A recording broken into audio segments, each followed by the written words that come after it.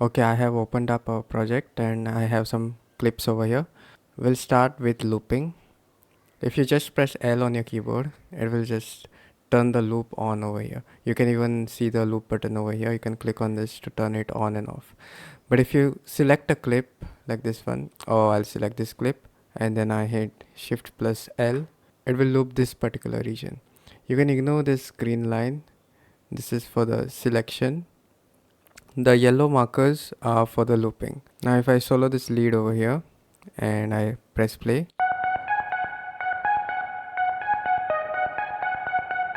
it loops that particular part.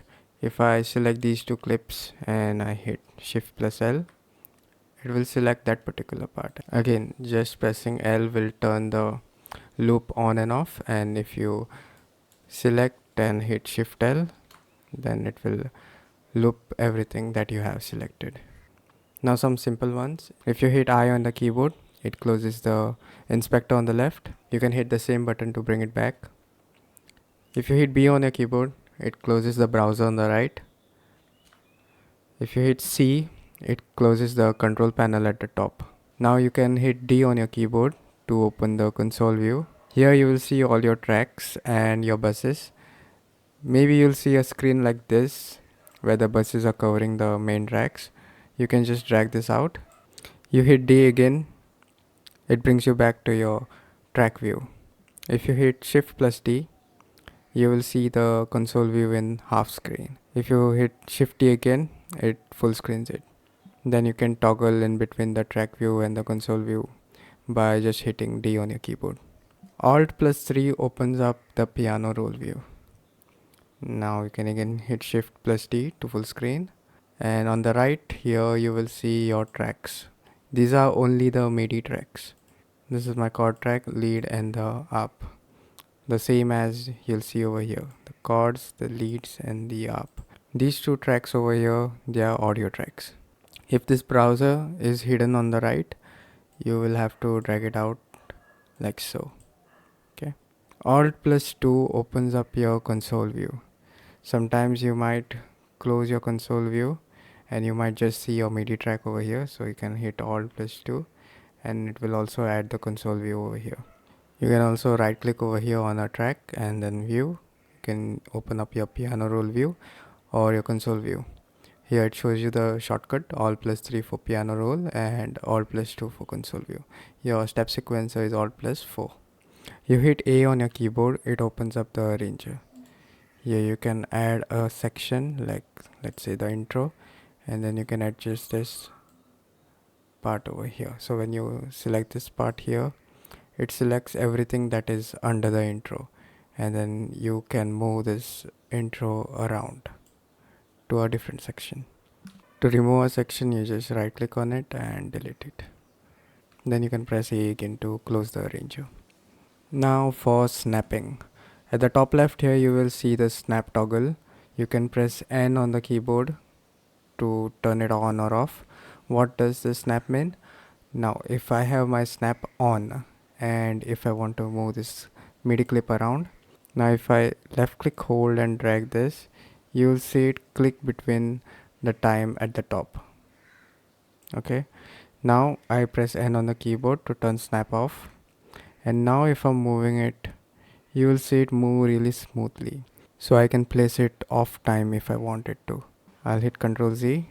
This is useful when I want my kicks to be off time a little. I don't want it to be on time, like if I hit N now.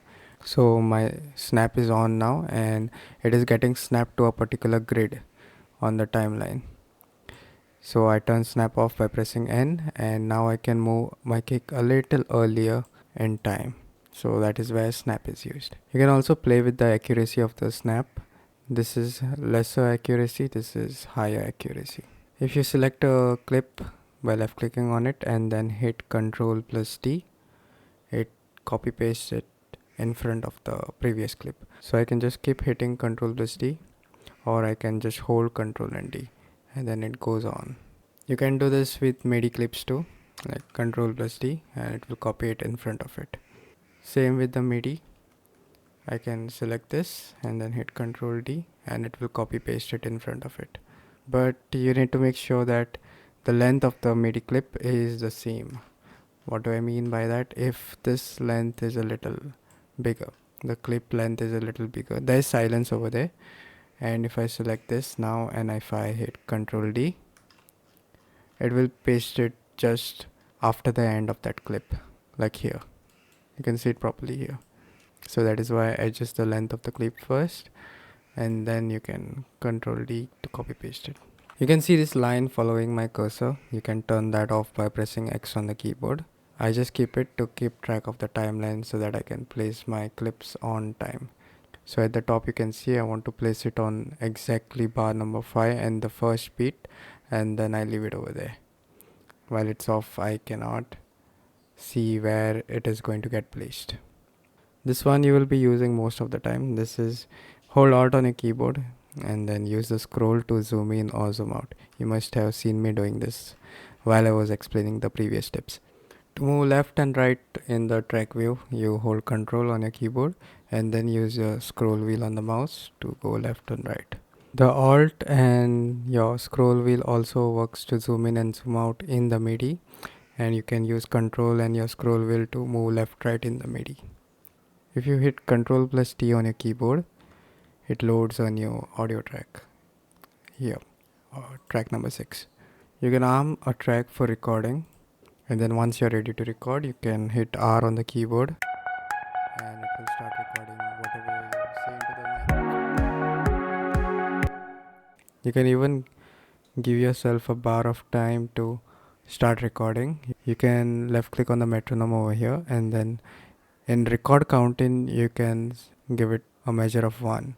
So here you can select measures or beats. So I have selected measures, and then you will hear the playback of the metronome if you check this, and then keep this recording checked. Hit apply and close. Now when you I'll delete this recording, and now when you place your bar over here and then hit R on your keyboard, so it gave me a 4-beat countdown and then it starts the recording. Then you can just click on this to unarm the track.